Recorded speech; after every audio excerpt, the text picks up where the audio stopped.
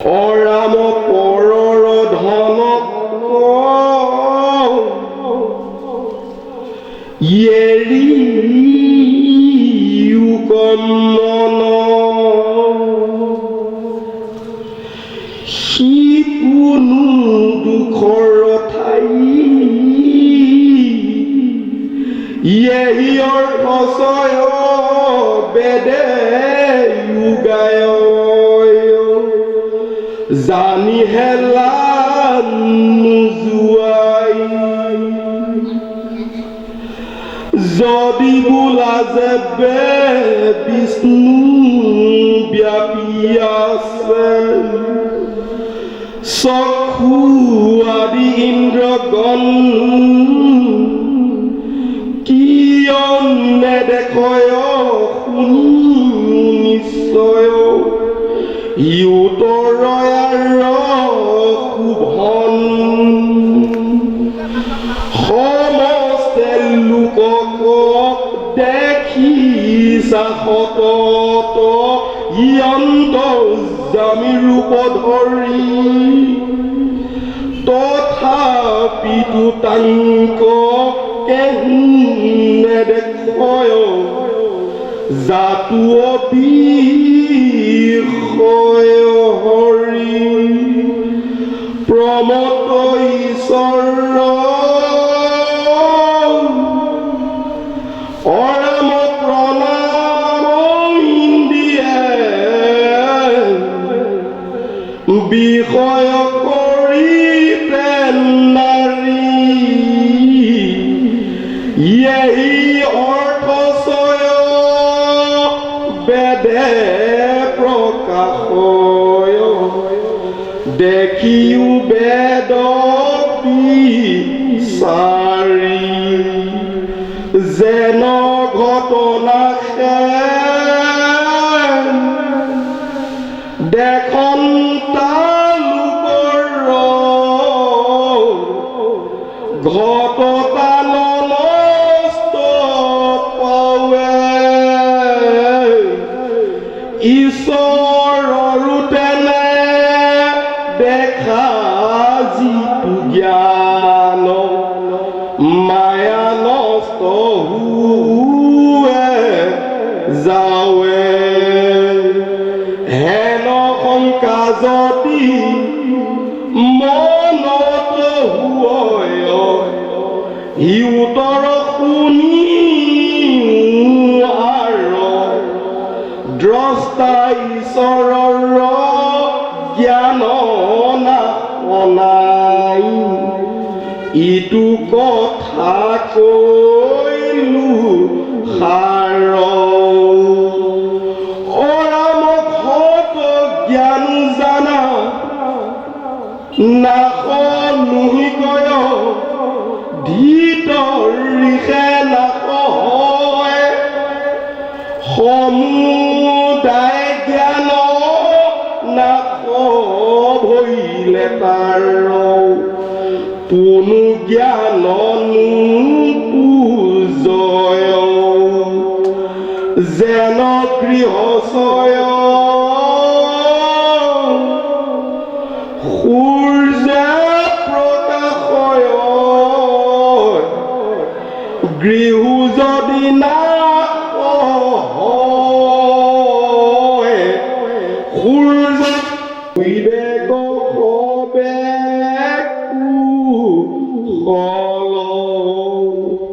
ঈশ্বৰ স্বৰূপ নিত্ৰতা যে মনে প্ৰতিপাদি মহাকয় লোকক কৃপায়ে বুলিবে লাগিলা মনত কৰি নিশ্চয় যাৰ আদি অন্ত মই নাই কয় নাহিকে আপোন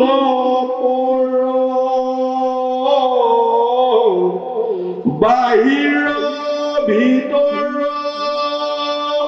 নাহি গৈ অজাৰ নিতৰূপে মহে চৰ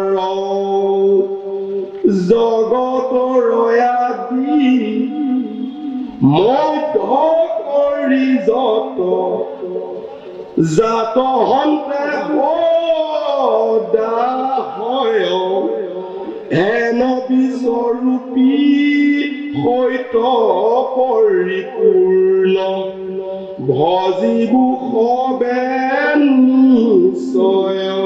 গোবিন্দ, হে গুৰুসকল আৰু আই মাতৃসকল, বিশেষকৈ গুৰুসকল নাই বাৰু, আই মাতৃসকলকে গুৰুসকল বুলি কোৱা হৈছে। এতিয়া এই যে মহাভাগৱতৰ ইমান সুন্দৰ কথাবিলাক কৈ আছে, এইবোৰ কথা কৈ আছে পৰীক্ষিতৰ আগত শুকে যে প্ৰথমতে বিশ্বাস কৰা, ভগৱন্ত প্ৰভুক বিশ্বাস কৰা। আৰু যেতিয়া ভগৱন্ত প্ৰভুৰ প্ৰতি যে এই অনন্ত কোটি ব্ৰহ্মাণ্ডখন, অনন্ত কোটি ব্ৰহ্মাণ্ড একজন পুৰুষৰ নিৰ্দেশতে চলি আছে, তেওঁৱে স্বজনো কৰি আছে, পালনো কৰি আছে আৰু সংহাৰো কৰি আছে। আৰু তেওঁ এই যে জীৱবিলাকক সৃষ্টি কৰিলে, এই জীৱবিলাকৰ প্ৰতি পৰস্পৰে পৰস্পৰৰ যদি হিংসা ক্ৰোধ এইবিলাক পৰিহাৰ কৰে, তেতিয়াহ'লে ভগৱন্ত প্ৰভু বা যিটো ভাগৱত ধৰ্ম বুলি কোৱা হয়, এই ভাগৱত ধৰ্মটো প্ৰাপ্ত হয়। সেই কৈছে যে এই একাদশ স্কন্ধ ভাগৱতত ভগৱন্ত প্ৰভুৱে উদ্ধৱক কৈছিল তেনেদৰে যে সমস্ত ভূততে আছো মই হৰি, সবাকো মানা তুমি বিষ্ণুবদ্ধি কৰি। যেনে যিমান জীৱ আছে সমস্তবিলাক জীৱই মোৰ সৃষ্টি, ভগৱন্ত প্ৰভুৰ সৃষ্টি।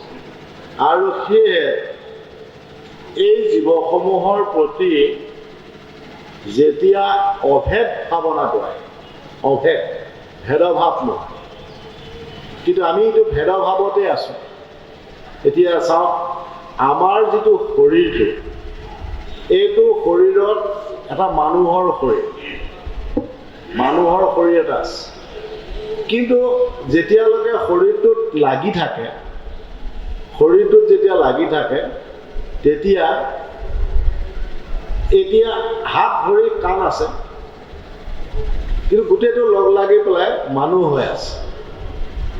যদি কেনেবাকৈ হাতখন ছিঙি পেলাই ক'ৰবাৰ বাটত পৰি থাকে, তেতিয়া হয় যিজন মানুহৰ হাতখন পৰি ৰ'ব, তেতিয়া সেইজন মানুহ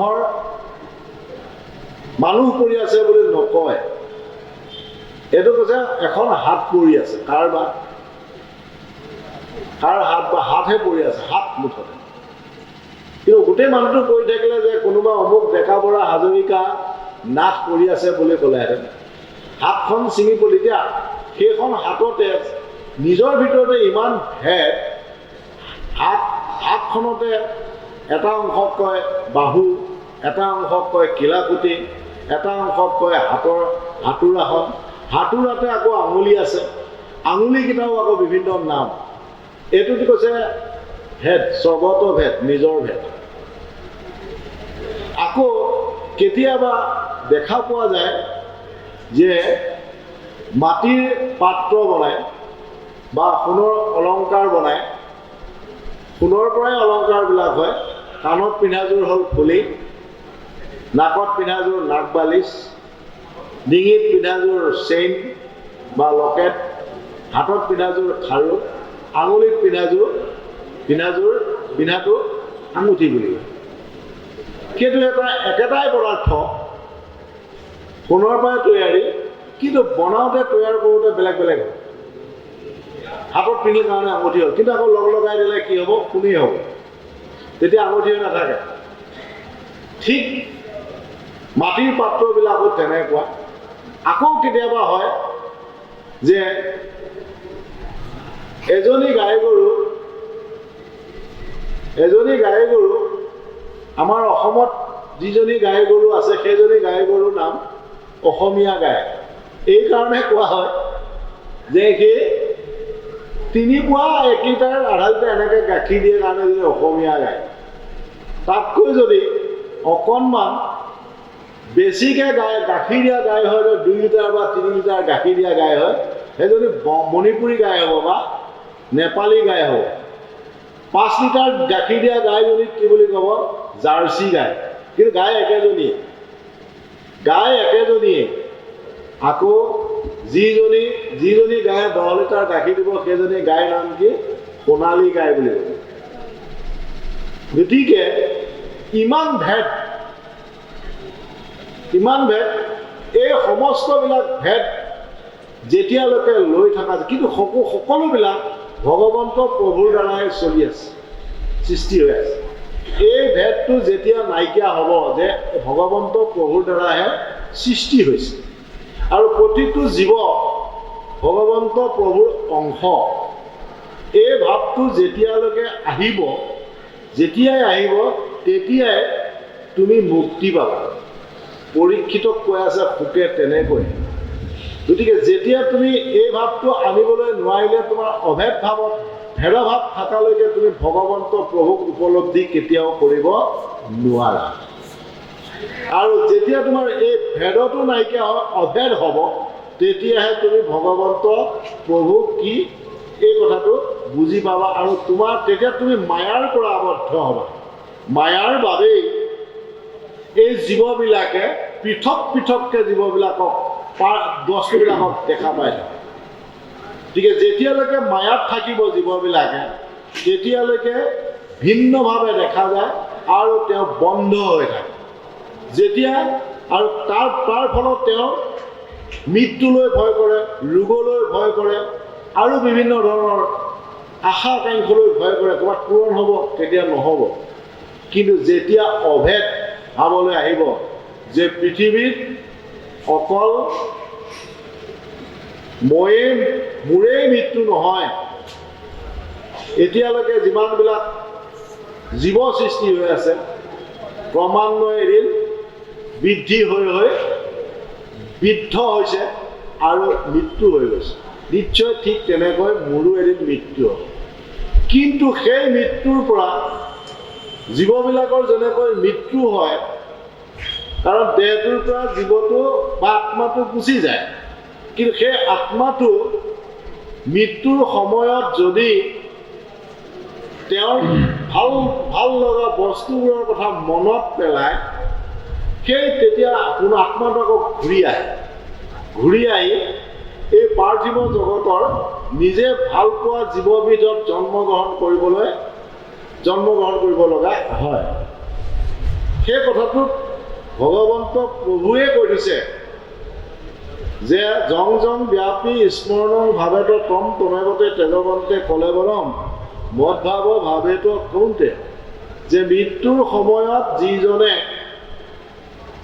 তেওঁৰ প্ৰিয় বস্তু মনত পেলায় বা ভোগ কৰা বস্তু মনত পেলাই দেহটো ত্যাগ কৰিব ধৰে, তেতিয়া সেই দেহটো এৰি জীৱটো, কাৰণ জীৱ হ'ল শাশ্বত, দেহ হ'ল অশাশ্বত। দেহৰ পতন হয়, জীৱৰ পতন নহয়। জীৱ অবিনাশী। এটা চিনাজোকে এডাল টিনত বগাই আছে, যেতিয়া অন্য এডাল টিনৰ সন্ধান পায় সেই টিনডাললৈ গুচি যায়। কিন্তু ঠিক তেনেকৈ এই ইডাল টিন এৰাৰ দৰে অন্য জীৱদেহৰ কথা কোৱা নাই। যিসকলে ভকতৰ সংগ লৈছে সেইসকলকহে কোৱা হৈছে, অভকতক কোৱা হোৱা নাই। যে ভকতে বুজি পাব আত্মা কি, দেহ কি আৰু ভগৱান কি। কাৰণ সেই ভকতৰ মূল উদ্দেশ্যটোৱে হ'ল যে মানুহৰ দেহটোত জীৱটো প্ৰৱেশ কৰি মানুহটোক সঞ্জীৱিত কৰি ৰাখি বিভিন্ন ধৰণৰ অপকৰ্মবিলাক কৰি আছে, আৰু বিভিন্ন ধৰণৰ যাতনাবিলাক জীৱসমূহে পাই আছে, উপলব্ধি কৰি আছে। সেই যাতনাবিলাকৰ পৰা পৰিত্ৰাণ পাবৰ কাৰণে জীৱসমূহে কেৱল কাক আৰাধনা কৰিব লাগে? ভগৱন্ত প্ৰভুক আৰাধনা কৰিলে জীৱবিলাকৰ মুক্তি সাধন। সেই উদ্দেশ্যেই এই কথাখিনি ভাগৱতৰ বা মূল উদ্দেশ্যটো কোৱা হয়। আৰু যিজনে মৃত্যুৰ সময়ত ভগৱন্ত প্ৰভুক স্মৰণ কৰি দেহটো ত্যাগ কৰে, সেইটো জীৱই মুক্তি পায়, পুনৰ পৃথিৱীলৈ জীৱ দেহত প্ৰৱেশ কৰিবলগীয়া নাই। তাকে ভগৱন্ত প্ৰভুৱে অৰ্জুনক সেই গীতাতেই কৈছিল, শ্ৰীমদ ভাগৱত গীতা, যে অন্তকালে যো মামেব স্মৰণং ভক্তা কলেবৰম স্বপ্ৰাতি ইয়ং জাতি নাস্তৈত্য সংশয়। তেতিয়া কৈছে যে মৃত্যুৰ সময়ত যিজনে মোৰ নাম উচ্চাৰণ কৰি মোৰ ৰূপটো স্মৰণ কৰি তেওঁ দেহটো ত্যাগ কৰিব, তেওঁ নিশ্চিতভাৱে মুঠে জন্ম হ'ব বা মুঠে লিপ্ত হ'ব। এই লিপ্ত হোৱাৰ ব্যৱস্থাটো জীৱৰ মুক্তি। এই জীৱ মুক্তি এই কথাটোকে দেখুৱাব গৈ আছে যে জীৱই 5 প্ৰকাৰৰ মুক্তি পায়। হয়, ভকতে কিন্তু সেই 5 প্ৰকাৰ মুক্তি এটাকো নিবিচাৰে। ভকতে কেৱল ভগৱন্ত প্ৰভুৰ নাম লৈ ৰমি থাকিবহে বিচাৰে। কাৰণ এই 5বিধ মুক্তি বিশেষভাৱে উল্লেখ কৰিছে শাস্ত্ৰই: সালোক্য, সামীপ্য, সাৰূপ্য, সাযুজ্য আৰু নিৰ্বাণ।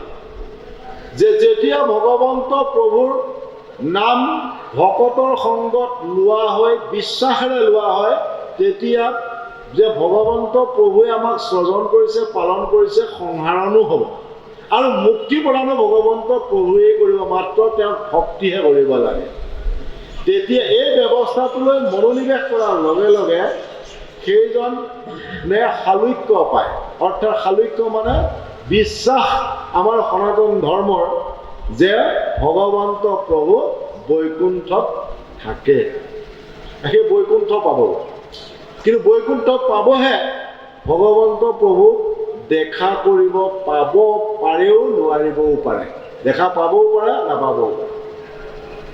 যে দ্বিতীয়টো মুক্তি হৈছে সামীপ্য। তেতিয়াহে ভগৱন্ত প্ৰভুৰ ওচৰ পাব, দেখিব।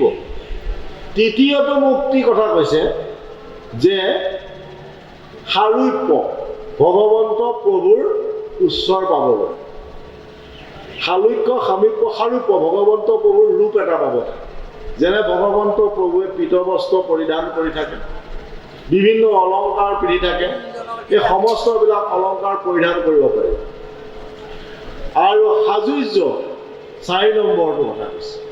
সাযুজ্য এইটো বুজাবলৈ গৈছে যে ভগৱন্ত প্ৰভুৰ যি মহাশক্তি, এই শক্তিবিলাক সেইজন ভক্তই লাভ কৰিব, এইটো সাযুজ্য। কিন্তু আজিকালি এতিয়া এটা কথা হৈছে, ভাৰতবৰ্ষত ভগৱন্ত প্ৰভুৰ আৱিৰ্ভাৱ হৈছে। এই ভাৰতবৰ্ষতে ভগৱন্ত প্ৰভুৱে অৱতাৰ ধাৰণ কৰি লীলাসমূহ কৰিছে। কিন্তু সেই সত্যযুগ, ত্ৰেতা যুগ, দ্বাপৰ যুগত এইবোৰ লীলামালা কৰিলে। এতিয়া কলি যুগত আকৌ ভাৰতবৰ্ষত এনেকুৱা এটা ব্যৱস্থা হৈছে, য'তে ত'তে ভগৱান ওলোৱা হৈছে।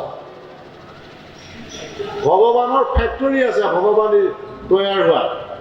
যেনেকৈ টিংপাতৰ ফেক্টৰীত টিং উৎপাদন হয়, বিস্কুট ফেক্টৰীত বিস্কুট উৎপাদন হয়।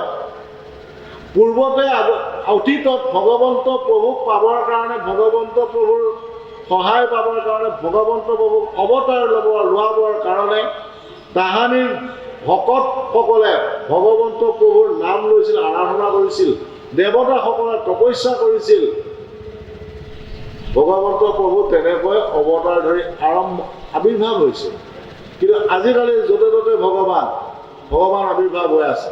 ঘপহকৈ অকণমান ঐশ্বৰিক শক্তি এটা পোৱাৰ লগে লগে নিজে কয়, মই ভগৱান, মই কৃষ্ণ হয়, বা শিশু কৃষ্ণ, নাইবা মই বৃদ্ধ কৃষ্ণ, নাইবা মই শিৱ, এনেকৈ কয়।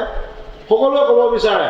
হয়তো ভগৱন্ত প্ৰভুৰ দুটামান বাক্য, দুটামান কাৰ্য মনত থকাৰ লগে লগে সকলোৱে ক'ব বিচাৰে যে মই ভগৱান। কাৰণ ভগৱন্ত প্ৰভু আৱিষ্কাৰ হোৱা ফেক্টৰীবিলাক বৰ্তমান ভাৰতবৰ্ষত আছে। কিন্তু তাহানি নাছিল। আৰু সেই ভগৱন্ত প্ৰভু সেই মহাশক্তিটো যেতিয়া ভক্তই লাভ কৰে তেতিয়া সাজুৰ্য বুলি কয়, সাজুৰ্য মুক্তি।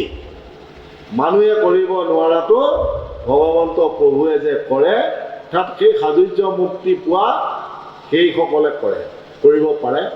আৰু শেষৰটো হৈছে নিৰ্বাণ বা শাস্তি বুলি কয়, নিৰ্বাণ বা শাস্তি বুলি কৈছে।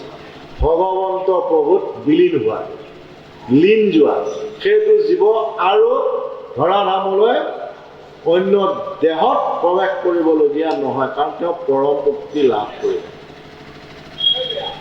ভগৱন্ত প্ৰভুত লিপ্ত হ'ব। আমাৰ সকলোৰে মনটো সন্দিহান হৈ থাকে, ভগৱানৰ লগত মিলি গ'ল কেনেকুৱা কথা, আৰু সেইটো জীৱ আহিবলগীয়া নাই। এইকাৰণেই যেনেকৈ একুৰা প্ৰকাণ্ড অগ্নি এঙাহাৰে পৰিপূৰ্ণ হৈ আছে, তাৰ পৰা চিটিকি চিটিকি স্ফুলিংগবিলাক যেনেকৈ আঁতৰলৈ গুচি আহে, তেনেকৈ জীৱদেহত সেই ভগৱন্ত প্ৰভুৰ স্ফুলিংগবিলাক জীৱ হিচাপে দেহত প্ৰৱেশ কৰে। জীৱই যেতিয়া ভগৱন্ত প্ৰভুৰ নাম লয়, ভগৱন্ত প্ৰভুৰ আৰাধনা কৰে, ভগৱন্ত প্ৰভুৰ নীতি নিয়মবিলাক পালন কৰে, তেতিয়া সেই পুনৰ দেহটো থকালৈকে দেহত থাকিব, আৰু দেহৰ পতন ঘটি সেইটো জীৱই পুনৰ ভগৱন্ত প্ৰভুত লীন যায়। তেওঁ আকৌ আহিবলগীয়া নাই।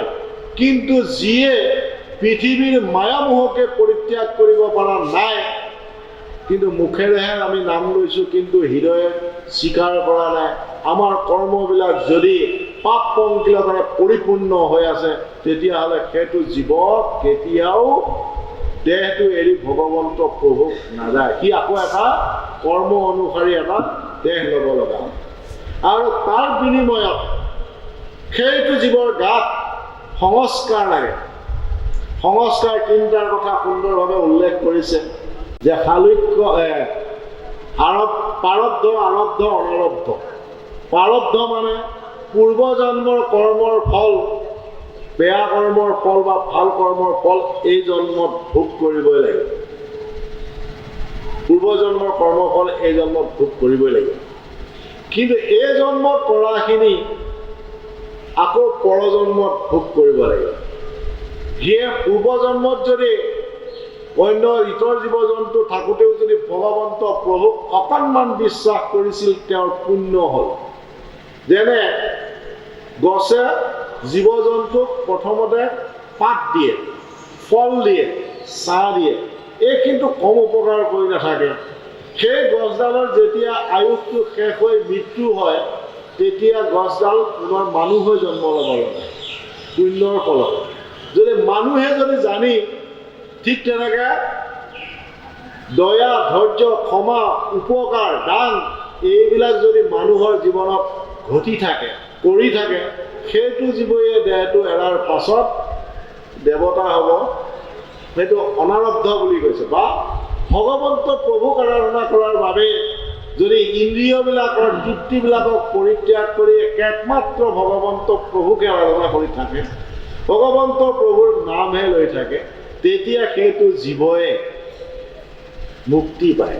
তেতিয়া অনাৰব্ধটোক তেওঁ যান্ত্ৰণা ভুঞ্জিবলগীয়াও নহয়।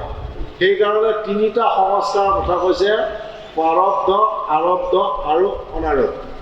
কেৱল সেইটো বিশ্বাস কৰিব লাগে ভগৱন্ত প্ৰভুৰ দ্বাৰাহে চলি আছে বুলি, আৰু সেইজন ভগৱন্ত প্ৰভুৰ নাম ল'লে জীৱসমূহৰ পৰম গতি সাধন হয় বুলি যেতিয়া বিশ্বাস হ'ব, তেতিয়া মুক্তি পাবা। এই বুলি সুকে পৰীক্ষিতক কৈ আছে। ক'ত, কিহৰ কাৰণে? যে সমীক মুনিৰ ডিঙিত মৰা সাপডাল মেৰিয়াই দিয়াৰ কাৰণে সমীক মুনিৰ পুত্ৰ শৃংগী মুনিয়ে অভিশাপ দিছিল, মোৰ দেউতাৰ ডিঙিত যিজনে মৰা সাপডাল মেৰিয়াই দি অপমান কৰিছে, উপালম্ব কৰিছে, 7 দিনত তেওঁক তক্ষকে দংশন কৰিব। আৰু সেই তক্ষক দংশন মানে সাপৰ দংশনৰ পৰা ৰক্ষা পাবৰ কাৰণে পৰীক্ষিত গংগাৰ পাৰলৈ যোৱা নাই। সাপে খালেও দেহটো মৰিব, সাপে নাখালেও এদিন এই দেহটো বুঢ়া হৈ মৰিব। গতিকে দেহটোৱে মৰিব কিন্তু আত্মাটো নমৰে। আত্মাৰ পৰম গতি সাধনৰ কাৰণে গংগাৰ পাৰত তেওঁ আশ্ৰয় ল'বলৈ যাওঁতে সুতক পালে। সুকে তেতিয়া পৰামৰ্শ দিছে, ভাগৱত শুনাইছে যে তুমি অন্য সকলোবিলাক কাম বাদ দি কেৱল ভগৱন্ত প্ৰভুতে মনটো নিয়োজিত কৰি ভগৱন্ত আৰু সংসাৰ জগতৰ যিমানবিলাক ভাল কৰ্ম আছে, ভাল ভাৱ আছে, সমস্তবিলাক ভাৱ গ্ৰহণ কৰা আৰু যিমানখিনি বেয়া কৰ্ম কৰিলা সেইখিনিৰ কাৰণে অনুশোচনা আনি ভগৱন্ত প্ৰভুৰ পৰা উদ্ধাৰ বা ৰক্ষা পাবৰ কাৰণে আত্মসমৰ্পণ কৰিলে তুমি ৰেহাই পাবা। এই বুলিহে সুকে পৰীক্ষিতক সুন্দৰভাৱে কৈ আছে। গোবিন্দ।